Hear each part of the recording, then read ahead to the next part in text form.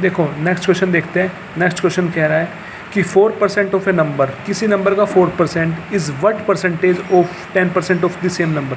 मतलब किसी नंबर का 4% का 10% उस नंबर का कितना प्रतिशत होगा। मतलब किसी नंबर का 4% और किसी नंबर का 4% उसी नंबर का 10% का कितना प्रतिशत है, 10% का कितना प्रतिशत है। जहाँ पे भी चीज़ कितना आ जाए ना, कितने वाले को हम लिखते हैं नीचे, या जहाँ पे भी वाट परसेंटेज आ जाए ना, उस चीज़ को जो वाट परसेंटेज के साथ जो नंबर है उसको हम नीचे की साइड लिखते हैं। तो 4% है, 4% को लिख दिया हमने ऊपर, अपोन में 10 वाट परसेंट हो गया, कितना प्रतिशत है तो वो आएगा नीचे, इंटू 100। इंटू क्या करेंगे, 100 करेंगे, क्योंकि नंबर होता है पूरा 100। तो एक 10 से 10 कर दिया, कितना बन गया 40%। ठीक है, इसका आंसर हो जाएगा 40%। तो नेक्स्ट क्वेश्चन देखते हैं। नेक्स्ट क्वेश्चन क्या कहता है, the difference between compound interest and simple interest.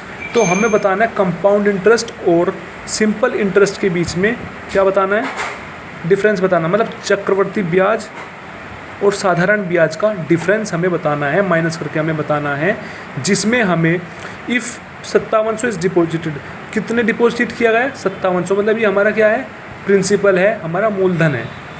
तो एट 4% रेट ऑफ इंटरेस्ट पर एनम, तो कितना परसेंट रेट है, 4% रेट है, कितने साल के लिए, 2 साल के लिए। मतलब 5700 डिपॉजिट किया गया 4% रेट से, कितने साल के लिए, 2 साल के लिए। उसमें हमें क्या बताना है, सिंपल इंटरेस्ट और चक्रवर्ती ब्याज कंपाउंड इंटरेस्ट का डिफरेंस बताना है। तो कैसे निकालेंगे, सबसे पहले हम निकालते हैं कंपाउंड इंटरेस्ट, चक्रवर्ती ब्याज 2 साल के लिए निकाला, किस रेट से, 4%। 4% का फ्रैक्शन क्या होता है, 4% का फ्रैक्शन होता है, 4% का फ्रैक्शन कितना होता है, 4% का फ्रैक्शन होता है 1/25। तो 25 से कितना हो गया, 25 से ब्याज हो गया, कितना हो गया 26। फिर अगले साल भी 25 से कितना हो गया 26। ठीक है, तो 25 × 25 कितना हो जाएगा 625, 26 × 26 कितना हो जाएगा 676। ये हमारा हो गया प्रिंसिपल मतलब मूलधन। ये हमारा हो गया अमाउंट मतलब, ठीक है, ये हो गया हमारी अमाउंट। तो अगर हम इस अमाउंट में से प्रिंसिपल मूलधन घटा देंगे तो वो हमारा आ जाएगा कितना चक्रवर्ती ब्याज है, कितना हमारा कंपाउंड इंटरेस्ट है, तो जो हमें निकालना है। तो 676 - 25 कितना आ जाएगा 51। तो हमें 51 यूनिट की वैल्यू निकालनी। देख, हमें क्वेश्चन में 5700 प्रिंसिपल दे रखा है, मूलधन दे रखा है, और हमने निकाला कितना 625। तो इसका मतलब क्या है, इसका मतलब है कि 625 यूनिट किसके बराबर 5700। तो 1 यूनिट किसके बराबर 5700 / 625।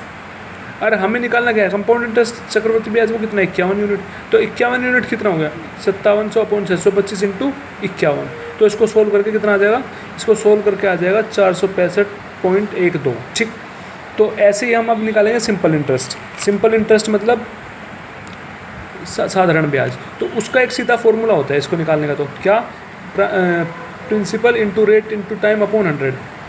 ठीक, principal into rate into time upon 100। Principal कितना है 5700, इंटू रेट कितना 4, और टाइम कितना है, टाइम है हमारे पास 2 साल, अपॉन 100। इसको सोल्व करेंगे, इसका 456 है।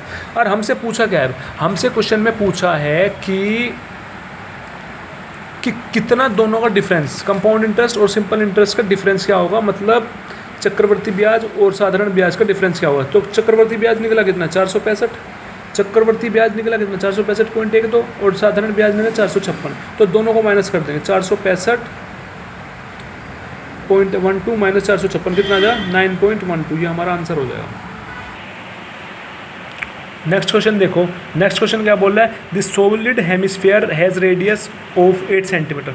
मतलब एक सॉलिड हेमिस्फीयर है, एक सॉलिड गोलार्ध है जिसका रेडियस दे रखा है 8 सेंटीमीटर, जिसकी त्रिज्या दे रखी है 8 centimetre. Find its total surface, उसका क्या निकालना है, टोटल सरफेस निकालना है। तो ये तो बहुत सिंपल है, इसको कैसे करेंगे, टोटल सरफेस एरिया जो है हेमिस्फीयर का फॉर्मूला होता है 3πr²। 3πr²। तो हमें रेडियस r की वैल्यू दे रखी है 8 सेंटीमीटर, उठा के रख दो इसमें उठा के। तो 3 × π होती है 22/7, और इंटू 8, रेडियस 8 है तो 8 × 8, इसको सोल्व करेंगे कितना आ जाएगा 603.42। ये हमारा आंसर हो जाएगा। ठीक, तो ऐसे अब नेक्स्ट क्वेश्चन देखते हैं। नेक्स्ट क्वेश्चन क्या बोलता है, नेक्स्ट क्वेश्चन हमें बोलता है कि क्या बोलता है नेक्स्ट क्वेश्चन कह रहा है the LCM of 49, 14 315 and 294 is, तो हमें इस क्वेश्चन का एलसीएम बताना है।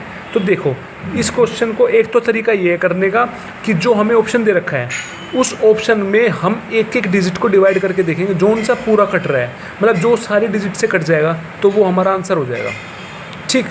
बट ये तरीका अगर हम करेंगे तो ये बहुत लंबा बढ़ जाएगा, तो इसलिए सबसे सिंपल तरीका ये, सीधा इसका एलसीएम ले लो।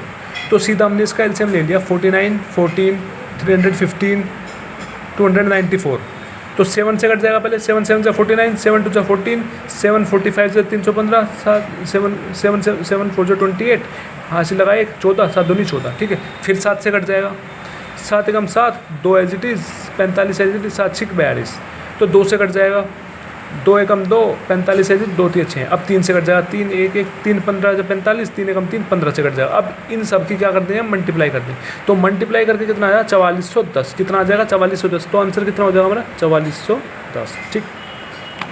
अब इतना हो गया। नेक्स्ट क्वेश्चन देखो, नेक्स्ट क्वेश्चन कहते हैं कि the original price of cooking set is 8000, तो ओरिजिनल प्राइस जो है कुकिंग सेट का वो कितना है 8000 है।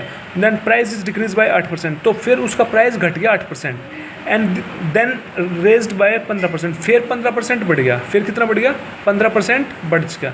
तो what is the new price, new price क्या होगा। अब एक चीज़ देखो, इस क्वेश्चन को सोल्व करने के लिए सबसे पहले तो उसका प्राइस जो है घटा है, कितना घटा है 8%, तो मतलब पहले 100 था वो घट के कितना हो गया 92, फिर उसका प्राइस जो है बढ़ गया 15%, तो पहले 100 था, 100 से बढ़ के कितना हो गया 115, तो अब इसकी मल्टीप्लाई करा, ये क्या आ गया 10,000, इसकी मल्टीप्लाई करा 10,580, मतलब पहले प्राइस 10,000 था, फिर 10,580 हो गया, स्टार्टिंग में ये था, न्यू ये बन गया। तो क्वेश्चन में जो ओरिजिनल प्राइस है वो कितना रखा है 8,000, और जो हमने ओरिजिनल प्राइस निकाला है वो कितना निकाला है 10,000, तो 10,000 यूनिट किसके बराबर 8,000 के बराबर, तो एक यूनिट किसके बराबर 8,000 अपॉन 10,000। तो हमसे पूछा क्या है, न्यू प्राइस पूछा, न्यू प्राइस कितना है 10,580, तो 10,580 यूनिट हम निकालेंगे, तो 8,000 अपॉन 10,000 इंटू 10,580, इसको सोल्व करेंगे क्या आएगा 8464,000 अपॉन 10,000, 4 जीरो है ये, इन 4 जीरो से ये 4 जीरो कट गई, आंसर आ गया 8464, आंसर क्या आ गया 8464, इसका आंसर हो जाएगा ये।